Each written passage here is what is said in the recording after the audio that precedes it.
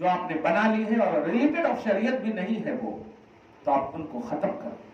یہ ختم کرنا ہی آپ کی ذمہ داری ہے، کیونکہ جب ایجاد آپ لوگوں نے کی ہے تو ختم نبی کریں گے، ختم بھی تمہیں کرنے ہوں گے.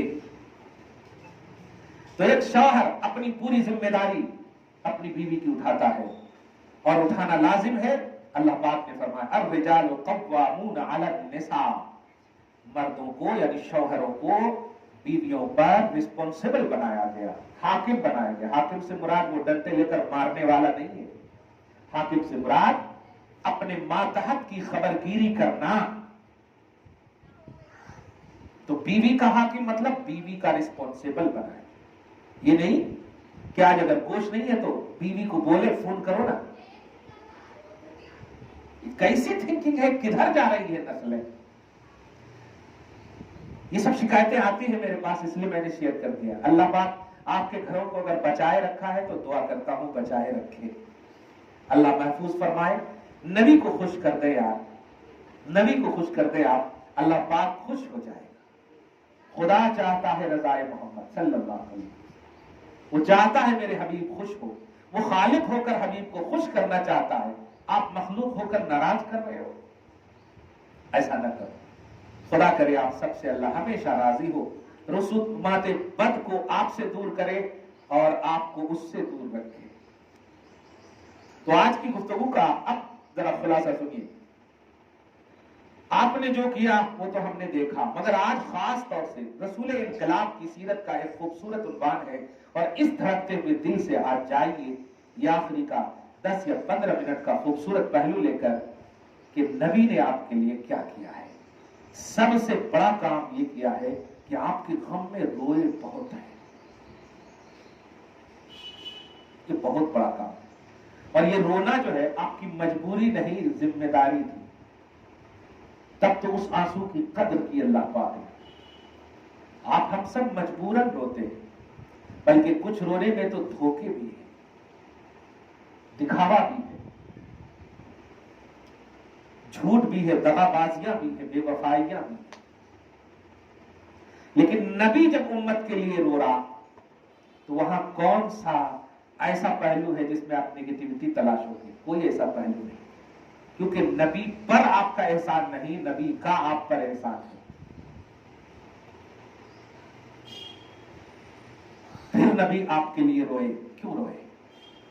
صحیح مسلم کے ایک حدیث کے حوالے سے یہ بات آپ ضرور لے کر جائیں اور اپنے دل کی گہرائی سے پھر جشن منائیں، خوشیاں منائیں. بیٹے کی شادی اور ولیمہ کے لیے تو بہت آپ نے خرچ کیے ہیں، اپنے گھر کی بیٹیوں کے سنوارنے سجانے میں بہت خرچ کیے ہیں. آؤ، بیٹے نے آپ کے لیے آنکھوں سے آنسو گرایا ہے یا نہیں پتہ نہیں، البتہ کمائی کا پیسہ لا کر دیا تو یہ جملہ ضرور دیا اتج ملا، رکھو، یہ ساری چیزیں ضرور ملی ہے، پھر بھی تم خوش رہی. لیکن نبی تمہیں کیا دے رہے ہیں؟ یہ وہ ہے قسم خدا کی کہ تم چاہ کر کے بھی اس کا احسان یا اس کا شکریہ ادا نہیں کر سکتی. سنو، باب و بکا ان نبی صلی اللہ علیہ وسلم لأمتہ شفقۃ علیہم، صحیح مسلم کی حدیث ہے، اور سورہ مائدہ کی آیت نمبر 118 کی آیت کو دلیل کے طور پر پیش کیا امام مسلم نے.